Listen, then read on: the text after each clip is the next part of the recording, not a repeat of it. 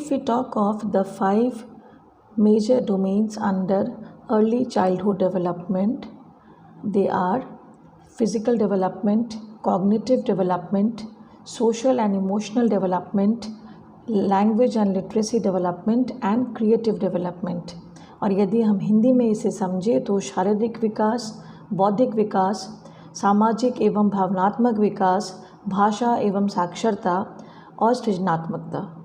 तो इन 5 डोमेन्स में मैंने अक्सर देखा है कि टीचर्स कॉग्निटिव डेवलपमेंट के असेसमेंट के वक्त काफ़ी सोच में पड़ जाती हैं कि ऐसे कौन से आइटम्स यूज़ किए जाए जिससे कि हम बच्चे के बौद्धिक स्तर को या कॉग्निटिव डेवलपमेंट को हम जांच सकें। तो इस प्रेजेंटेशन में मैं आपको ऐसे कुछ सैम्पल्स दिखाने वाली हूँ जिससे मुझे उम्मीद है कि आप लोगों को काफ़ी आसानी से ये समझ में आएगा कि कौन से ऐसे टेस्ट आइटम्स है जो आप कॉग्निटिव डेवलपमेंट के अंदर यूज़ करती हैं।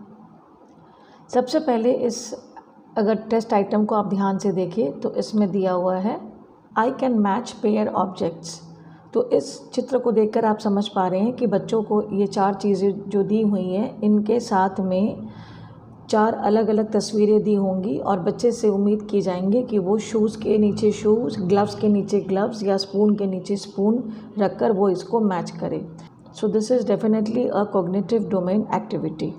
Next, I can match 2 to 3 colours. यदि हम बच्चों को ऐसे कलर्स पेपर पर कलर करके या फिर उन्हें क्रेयॉन्स देकर उनसे कहें कि आप बिल्कुल ऐसा ही मिलता जुलता एक और क्रेयॉन आप मैच करें, so that colour matching will also be under cognitive domain whether the child has learned to recognize the colors or not. Next is I can match similar objects. तो ये सारे ऑब्जेक्ट्स आप देख पा रहे हैं क्लासरूम ऑब्जेक्ट्स हैं जो बच्चे अपने क्लासरूम में रेगुलर देखते हैं और यूज़ करते हैं।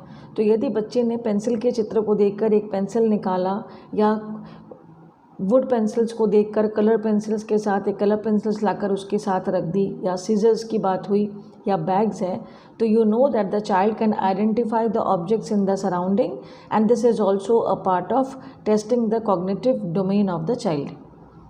Next is I can distinguish similar and different shapes. तो जो 5 मेजर 2D शेप्स है वो यहाँ पे बनाए हुए हैं।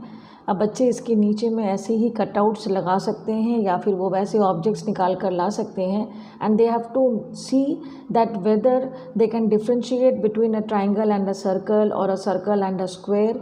ये उनमें अगर सामर्थ्य आ जाती है तो कॉग्निटिव डोमेन का ये टेस्ट भी एक हिस्सा है। इसके बाद में नेक्स्ट आइटम है I can arrange objects according to 2 criteria.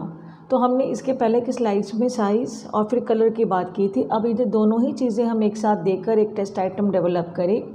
जैसे कि हमने एक रेड बॉल बना दी यहाँ पे और वो रेड बॉल के साथ ही हम एक और ऐसी ऑब्जेक्ट देते हैं, चाहे वो रेड लिड हो, ढक्कन हो या फिर वो रेड प्लेट हो, और बच्चे उसके साथ में उस रेड प्लेट को लगा लेते हैं, यानी कि वो साइज़ और कलर दोनों से ही पहचान कर पा रहे हैं इस ऑब्जेक्ट की।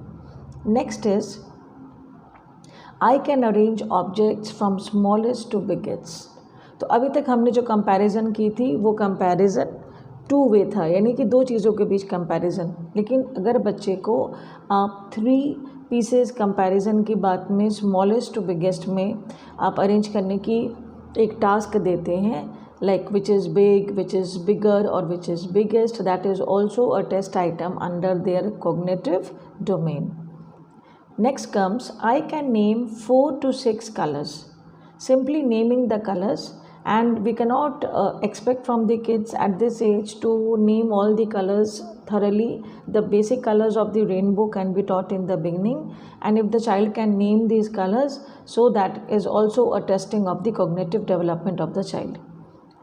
Next comes I can copy and draw a design, जहाँ डिज़ाइन बहुत कॉम्प्लिकेटेड नहीं होनी चाहिए, very simple pattern designs, like it may be a round ball, it can be a sun, it may also be a leaf, and later you can also make them draw an umbrella. So if they can copy the design and they can color it, so that can also be a tool for testing their cognitive development. After this, I can name 3 animals and vegetables when asked. Now this topic can change, it can be anything under general knowledge या EVS जैसा कि आप लोग classes में पढ़ाते हैं। तो अगर आपने उन्हें 3 जानवरों के नाम या 3 वेजिटेबल्स के नाम आइडेंटिफाई करने के लिए कहे, जो कि हम जनरली EVS या जनरल नॉलेज का हिस्सा मानकर चलते हैं, उस आइटम को भी हम कॉग्निटिव डोमेन के अंतर्गत ही देखेंगे। Next comes I can say the name and functions of objects used at home. जैसे पहले के स्लाइड्स में हमने क्लासरूम ऑब्जेक्ट्स की बात की, उसी तरह से जो चीज़ें वो घर के आसपास देखते होंगे उनके बारे में यदि आप उनके नेम्स पूछे और उनके फंक्शंस बच्चे बता पाए, so that will also be a part of the cognitive domain testing. I understand opposite words by completing a sentence. Like the elephant is, and you leave a blank, the child tries to say that which one is big and which is small. So if the elephant is big and the rat is small, the child answers. तो आप इन्हें opposite words के साथ जब complete करने बोल रहे हैं तो this also needs a comparison. Like this flower is fresh but the items in the trash can are stale. All of these will come under the cognitive domain. I can tell what is wrong in the picture. Now this is a very interesting activity जो अक्सर हम बच्चों को नहीं दे पाते हैं उनके assessment items में। अगर आप ध्यान से देखें तो यहाँ पे ये जो बच्ची है, इसके चेहरे के जो पार्ट्स हैं वो कैट के साथ मिक्स हो गए हैं। तो बच्चों को बताना है कि इसमें क्या गड़बड़ है, what is wrong in the picture. या फिर ये चेयर है, द चाइल्ड में नोटिस कि चेयर के हाथ नहीं होते हैं but the photo shows the chair having these kind of hands. So if the child can identify कि फ़ोटो में क्या गड़बड़ है, what is wrong, so the child is doing well with its cognitive skills. And lastly, if you look at these buttons, जब बच्चे ये activity कर रहे होंगे तो उन्हें जो दोनों में से बड़ा है वो उन्हें बताना है which is bigger, और इस एक्टिविटी में उन्हें बताना है which is the biggest.